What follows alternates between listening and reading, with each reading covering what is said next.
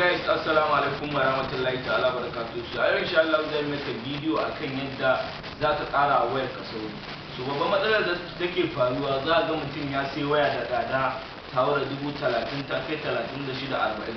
So amma matsalar da yake samu shine RAM din ta karami ne, wacce wai ba ta wuce 1 GB RAM ba ko 2 GB.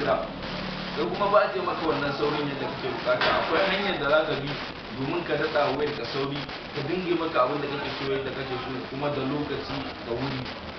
To kafin mu nuna maka mu shiga ajin ku, muna roƙon ku danna mana subscribing kan channel ɗin mai suna Ishaq Tech domin samun bidiyon mu da zarar mun saki. Mun gode. So assalamu alaikum warahmatullahi ta'ala barakatuh. Kamar yadda muka ce za mu maka bidiyo akan yadda za ka daɗa wayar ka sauri. Za ga waya tana da 1 GB so amma babba ce kuma tana da tsada, ba ta yi ma sauri yadda ya kamata. So da farko abin da ka fara yi sai ka shiga akan setting ɗinka. Setting ɗinka bari mu nemo shi. So ga setting ɗin mu anan, bari mu danna a kai kawai. Bayan ka shiga ya buɗe maka, so za ka danna akan inda ka sa about fan ɗin nan.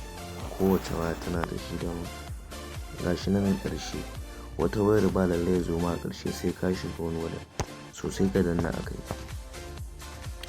Bayan ka danna ya buɗe ma kamar haka, so ga wani wajen nan da aka ce bulletin member a sha nan, so sai ka daddanna, sai ka caccaka shi so 3.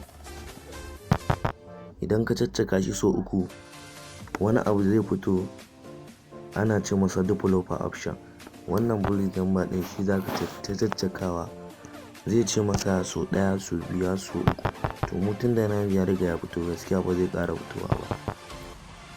Gashi nan ya ce no need, you are already a developer option. Ya riga na fito da yawa, yanzu ba zai ƙara fitowa ba. Sai na je na nemo developer option din nan. Idan wayarka tana da wajen satin, to a dan san wannan kawai abin da zaka yi sai ka rubuta akan kai satin din developer option.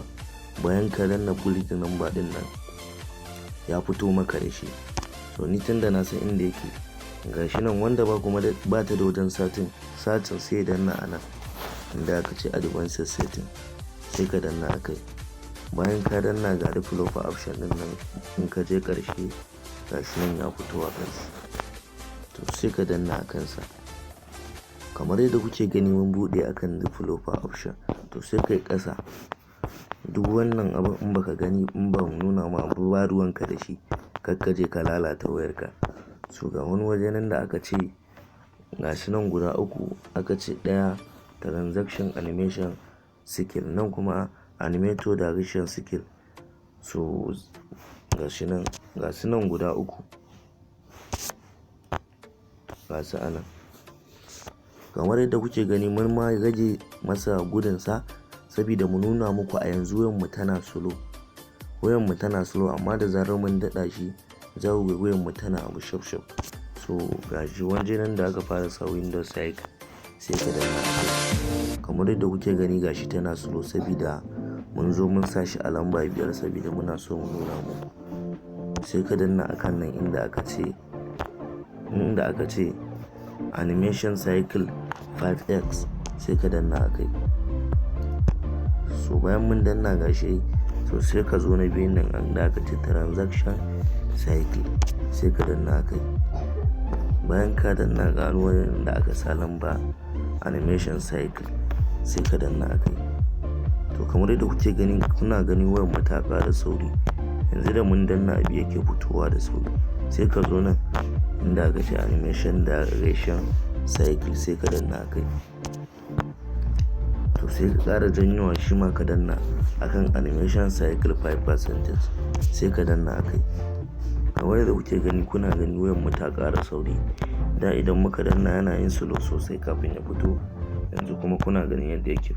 To haka za ka yi ka ƙara wayar ka sauri, ko da a ce RAM ɗin ta ƙarami ne, so za ka dinga amfani da ita cikin shop cikin sauri, ko ina ka shiga da sauri ta dinga shigan maka.